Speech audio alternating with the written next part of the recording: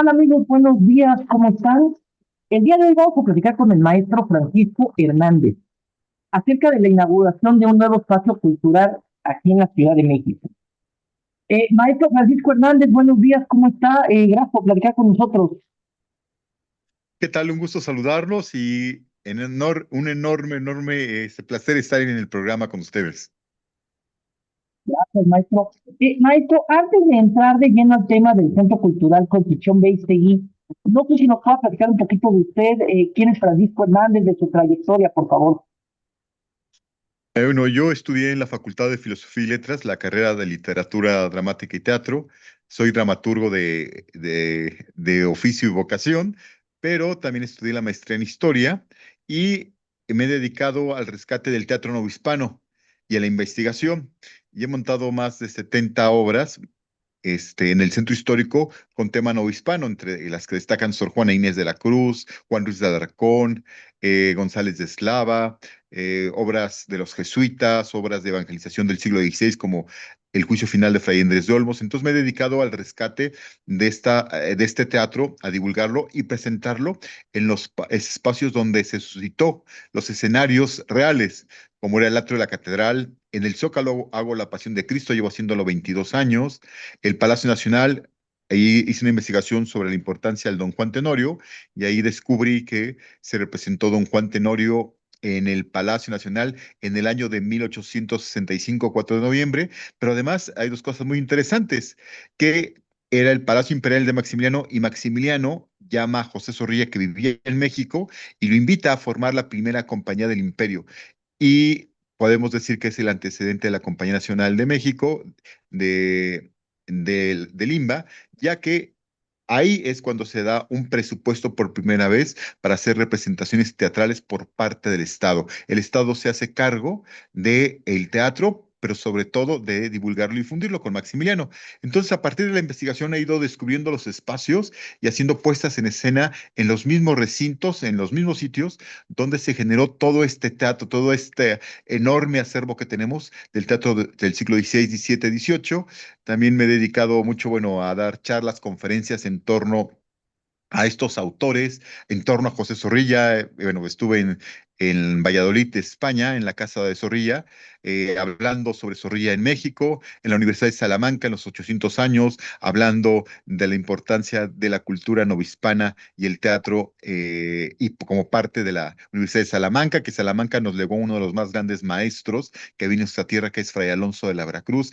Entonces, ha sido organizar, decir conferencias, bueno, grandes proyectos. Bueno, reinauguré la calle 5 de Mayo, que en 1868 bajo una crónica la volví a montar y se volvió a reinaugurar 5 de Mayo. Bueno, ¿qué te puede ser ocupado? Creo que ha sido muy padre casi todos los edificios del centro histórico, la Secretaría de Educación Pública haciendo teatro, el antiguo Palacio de la Inquisición con Mónica Espinosa, Plaza de Santo Domingo, la iglesia de Santo Domingo, el Templo de la Profesa, la antigua Basílica de Guadalupe. Entonces, ha sido en estos 25 años, pues, trabajar en el centro histórico y ahora eh, estoy colaborando con la Fundación Concepción Beistegui y precisamente, pues, vamos a dar a difundir las actividades culturales que se van a generar ahí para eh, resaltar y revalorar todo lo que se gestó en el 16, 17, 18 a partir de conferencias, la problemática de la Ciudad de México con artistas, con historiadores, para dar a conocer y difundir el arte novohispano, el arte que se gestó durante este periodo tan importante en la historia de México, porque no solo es importante el 19 y el 20, sino la novohispanidad, que es la que nos da origen de la nación, como decía Joaquín García Cabalceta. En el siglo XVI, en el siglo, se firmó nuestra acta de independencia porque es cuando llega la imprenta y tenemos 115 ejemplares de aquella primera imprenta que da testimonio de quiénes seríamos los actuales mexicanos. Entonces, el edificio que vamos a empezar a divulgar y difundir estas actividades, pues tiene ese espíritu de hablar de este gran patrimonio y que sea un espacio para que otros artistas vengan y hagan obras en torno a lo que es la Nueva Hispanidad, a rescatar a todos estos personajes que son los que nos anteceden, como González de Eslava, que es el padre del teatro, vamos a decirlo, del teatro mexicano actual, porque fue el primer crítico que dijo una vez que a nuevo virrey, nuevos impuestos, ¿no? Diríamos a nuevo presidente, nuevos impuestos, o presidenta, nuevos impuestos. Bueno, él lo dijo en el siglo XVI ante el virrey, y claro, le costó la censura y le costó el potro de la Inquisición, pero bueno, es el primer testimonio que tenemos de un teatro crítico en la Nueva España. Maestro, exactamente cuándo se inaugura el Centro Cultural Construcción Beistegui y cuándo va a estar abierto al público. Bueno, vamos a aperturar con una visita para que conozcan todos ustedes los medios y quien guste acompañarnos el próximo martes 8 de octubre a la 1 de la tarde. Vamos a hacer un recorrido por las instalaciones para que conozcan este enorme patrimonio, porque duró en restauración casi 20 años. En las cuales la llevó un doctor que era ingeniero, ¿no? Un doctor ingeniero que era doctor de formación e ingeniero de vocación, pero rescató el edificio y ahora está en todo su esplendor. Entonces, conoceremos este espacio, pero también hay un museo de sitio que es importante para nosotros que conozcan, que es el único museo de sitio hospitalario que existe en la Ciudad de México. Y tenemos un archivo, una biblioteca y tenemos una serie de utensilios que utilizó, por ejemplo, el doctor Bertis, con fotografías de operaciones, con tumores, por decirlo de alguna, bueno, hay tumores que se extrajeron en ese hospital que están ahora expuestos para conocer la gran labor que tuvieron estos médicos en el siglo, finales del XIX y principios del siglo XX en este hospital. Entonces daremos a conocer todo este conjunto de valores que tiene el edificio, pero no solo eso, deja nada más hacer una pequeña pausa y comentarte que este edificio está enclavado en dos calles que deberían ser las más importantes de América. Bueno, y te voy a decir por qué. El convento de Regina, no sé si lo conoces. De Regina Coeli, claro que sí. Sí, bueno, el convento de Regina Coeli está entre la calle de Bolívar, San Jerónimo y Regina. Estas calles circundan al edificio. La calle de Bolívar se llama Bolívar porque ahí en 1803 pasó unos días Bolívar ahí en la casa de la hermana de la Güera Rodríguez, actual de Uruguay, Bolívar. Ahí estuvo la casa donde se hospedó Bolívar y como un homenaje se le puso el nombre a la calle de Bolívar. Pero la calle de Bolívar se llamaba Antigua Calle de Vergara, y en esta calle, si uno pasa actualmente en la calle Bolívar, pasa, escuchará uno el sonido, el ruido de estos enormes bafles, el escándalo, sale el humo, uno va caminando, ve las lucecitas, ve que venden instrumentos, ve que venden, está la casa más antigua donde venden cosas para los pintores, utensilios para los pintores, paletas, bueno, brochas, todo esto para el pintor, los grandes pintores de caballetes. Y esto tiene una explicación. En esta calle Bolívar es la calle de los artistas. ¿Por qué de los artistas? Porque ahí estuvieron los teatros desde el siglo XVII, XVIII y XIX. Ahí estuvo el antiguo Teatro de Santana, después el Gran Teatro Nacional, el Teatro Imperial y el Teatro Nacional otra vez, que mandó derribar Porfirio Díaz en 1905 para construir el Palacio de Bellas Artes. Entonces, es una calle que tiene una vocación para el arte. Desde finales del siglo XVI ya tenemos espacios, recintos teatrales en esa calle de Bolívar. Y es donde está enclavado precisamente el claustro de bueno, el claustro de Sor Juana. También está más adelantito, pero nosotros estamos en el claustro de Regina, que tiene otra virtud. Se funda en 1573 y hay un contrato de Fernán González de Eslava para presentar teatro dentro del convento. Entonces tenemos esta calle del arte, tenemos un antecedente del teatro mexicano en el convento, pero no solo eso, en la calle de Regina vivió vivió un hombre que sigue presente en nuestros días. sigue presente en nuestros días, y la fecha de su muerte es tan importante que en México se decidió que el día de su muerte se celebre la Constitución de México, que aparte cumple 200 años este año. La Constitución de 1824, se preguntaban, ¿qué día celebramos la Constitución? Ah, pues el 5 de febrero. En el 57, ¿qué día? Ah, pues el 5 de febrero. En el 7, pues el 5 de febrero. ¿Por qué el 5 de febrero? Porque el 5 de febrero de 1598, en la ciudad de Nagasaki, es cuando San Felipe de Jesús, este es el primer santo mexicano, es sacrificado, es entregada su vida por pensar en el cristianismo y los japoneses lo sacrifican. Bueno, era el santo más importante de nuestra nueva hispanidad, entonces los constituyentes del 24 decidieron celebrar ese día, el día de su muerte, pero era la fiesta más importante de la ciudad, la Constitución de México.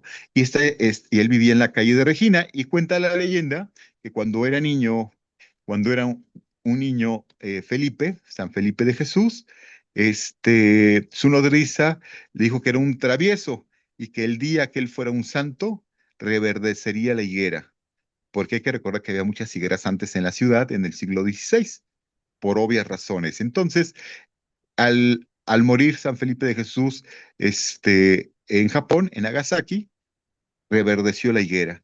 Entonces Regina tiene todos estos valores. Y bueno, y por supuesto la calle San Jerónimo, que se llamaba antigua calle del Tornito, porque había un torno y ahí las monjas expendían diferentes productos para los novohispanos. Y don Artemio nos cuenta muchas leyendas en torno a la calle de San Jerónimo. Además que San Jerónimo desemboca en el claustro de Sor Juana, donde estudió la décima musa. Pero no solo eso, sino que también las monjas concepcionistas dieron hospedaje a las jerónimas cuando llegaron al Nueva España.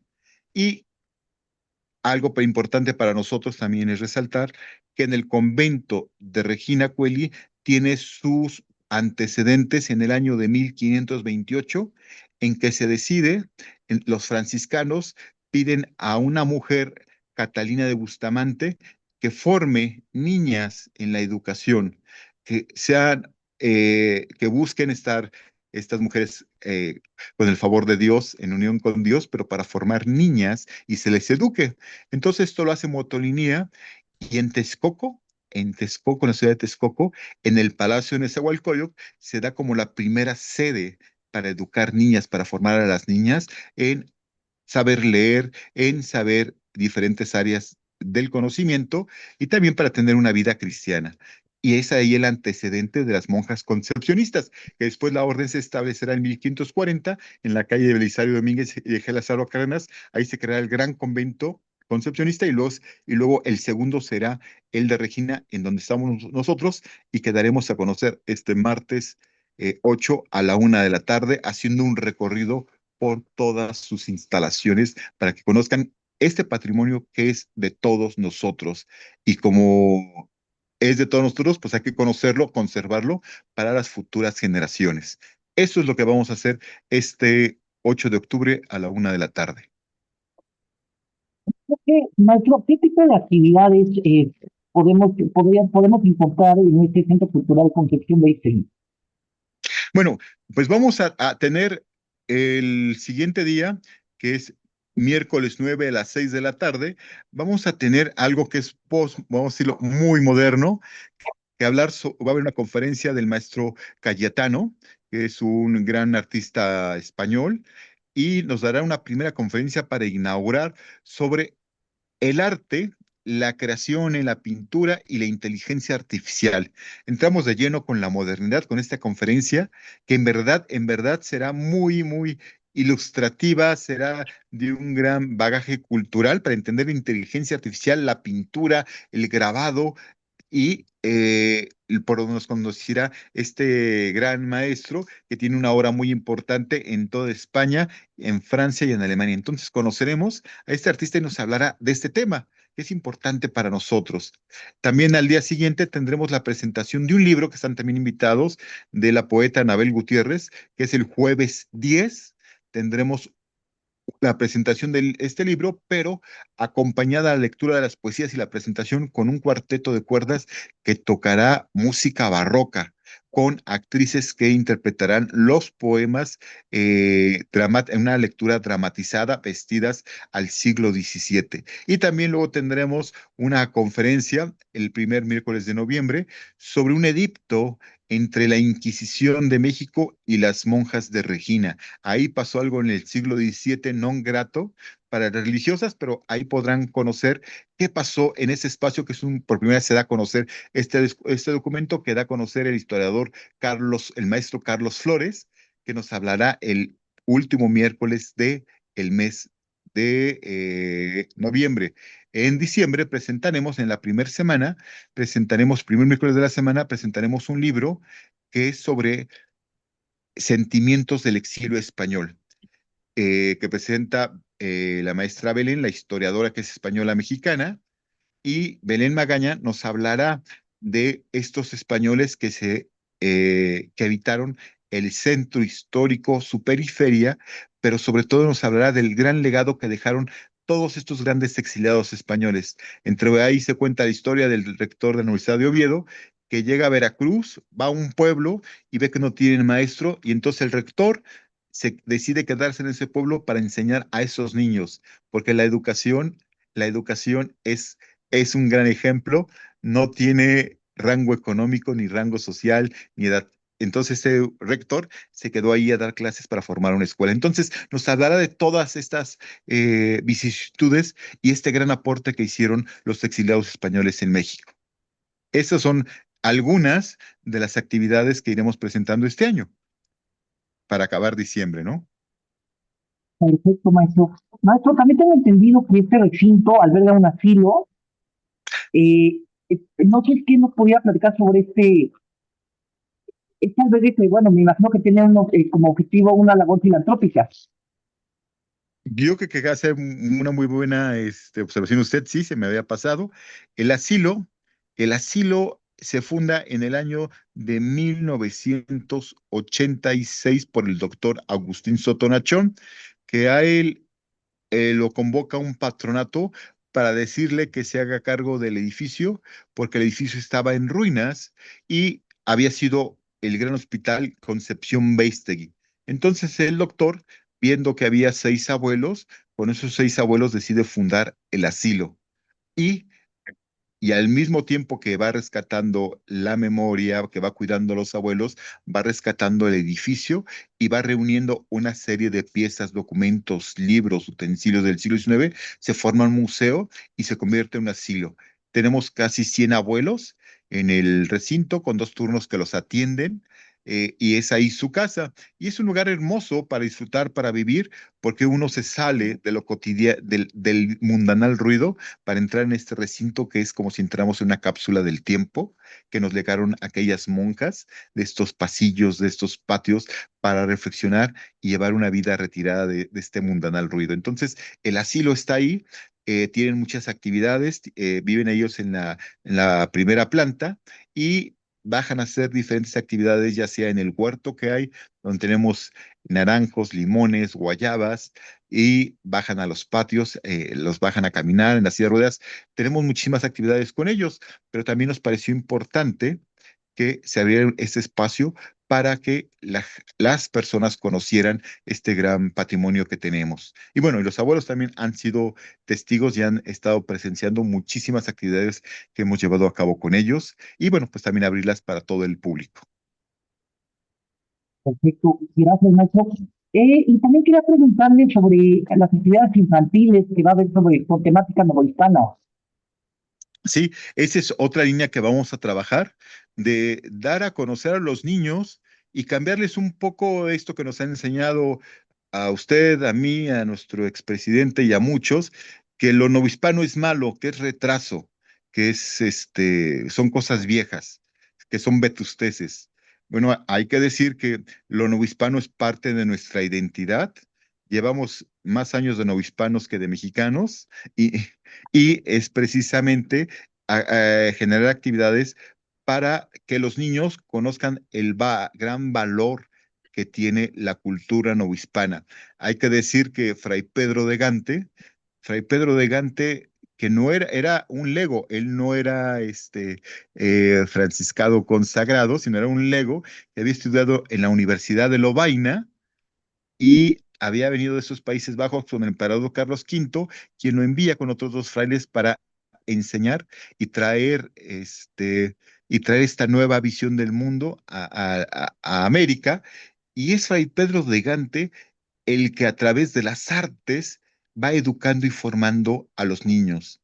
Se dice que Fray Pedro de Gante tenía más de 1000 niños en la capilla de indios que está precisamente en la calle de Madero y Ejerle Saurado Cárdenas, ahí estaba el gran convento de San Francisco, y ahí Pedro de Gante tenía una capilla de indios, una capilla al aire libre, hecha de maderas bien talladas, y ahí daban a los niños música, pintura, les enseñaban latín, y viendo que fue tan exitoso, se decidió fundar el Colegio de Santiago Tlatelolco, que se fundó un 6 de enero de 1536, el primer gran colegio de América, del cual se enseñaba latín, y de ahí tendremos grandes latinistas en el siglo XVI, y nos dejaron una gran herencia, la formación latina, la formación de los romanos. Entonces, es para nosotros importante a los niños a través del teatro, a través de talleres que iniciaremos el próximo año para que conozcan cómo era la vida en estos edificios y, y sobre todo,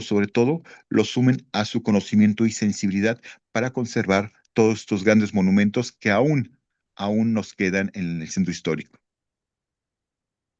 Perfecto, maestro. Maestro Francisco Hernández, antes de despedirnos, ¿le gustaría a usted agregar algo más?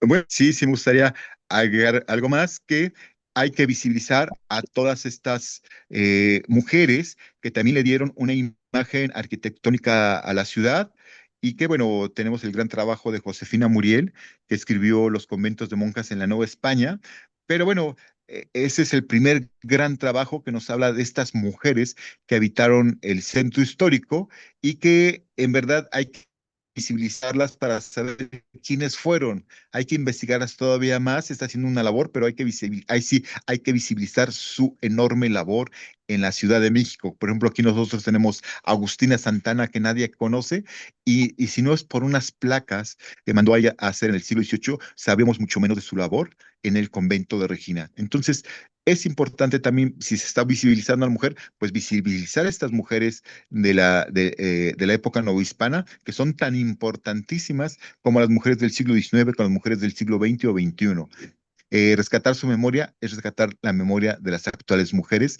y también han tenido la misma sensibilidad y las mismas luchas que las actuales. Entonces, para mí es importante también destacar la importancia de estas mujeres, redescubrirlas y darlas a conocer a través del teatro como personajes también que dieron identidad a nuestra ciudad.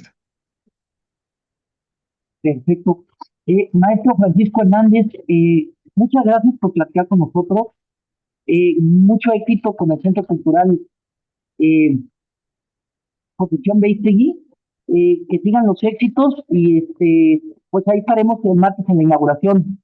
Un fuerte Muy abrazo. bien, igualmente, muchas gracias, que tengan muy buen día, buen sábado. Igualmente, saludos. Gracias.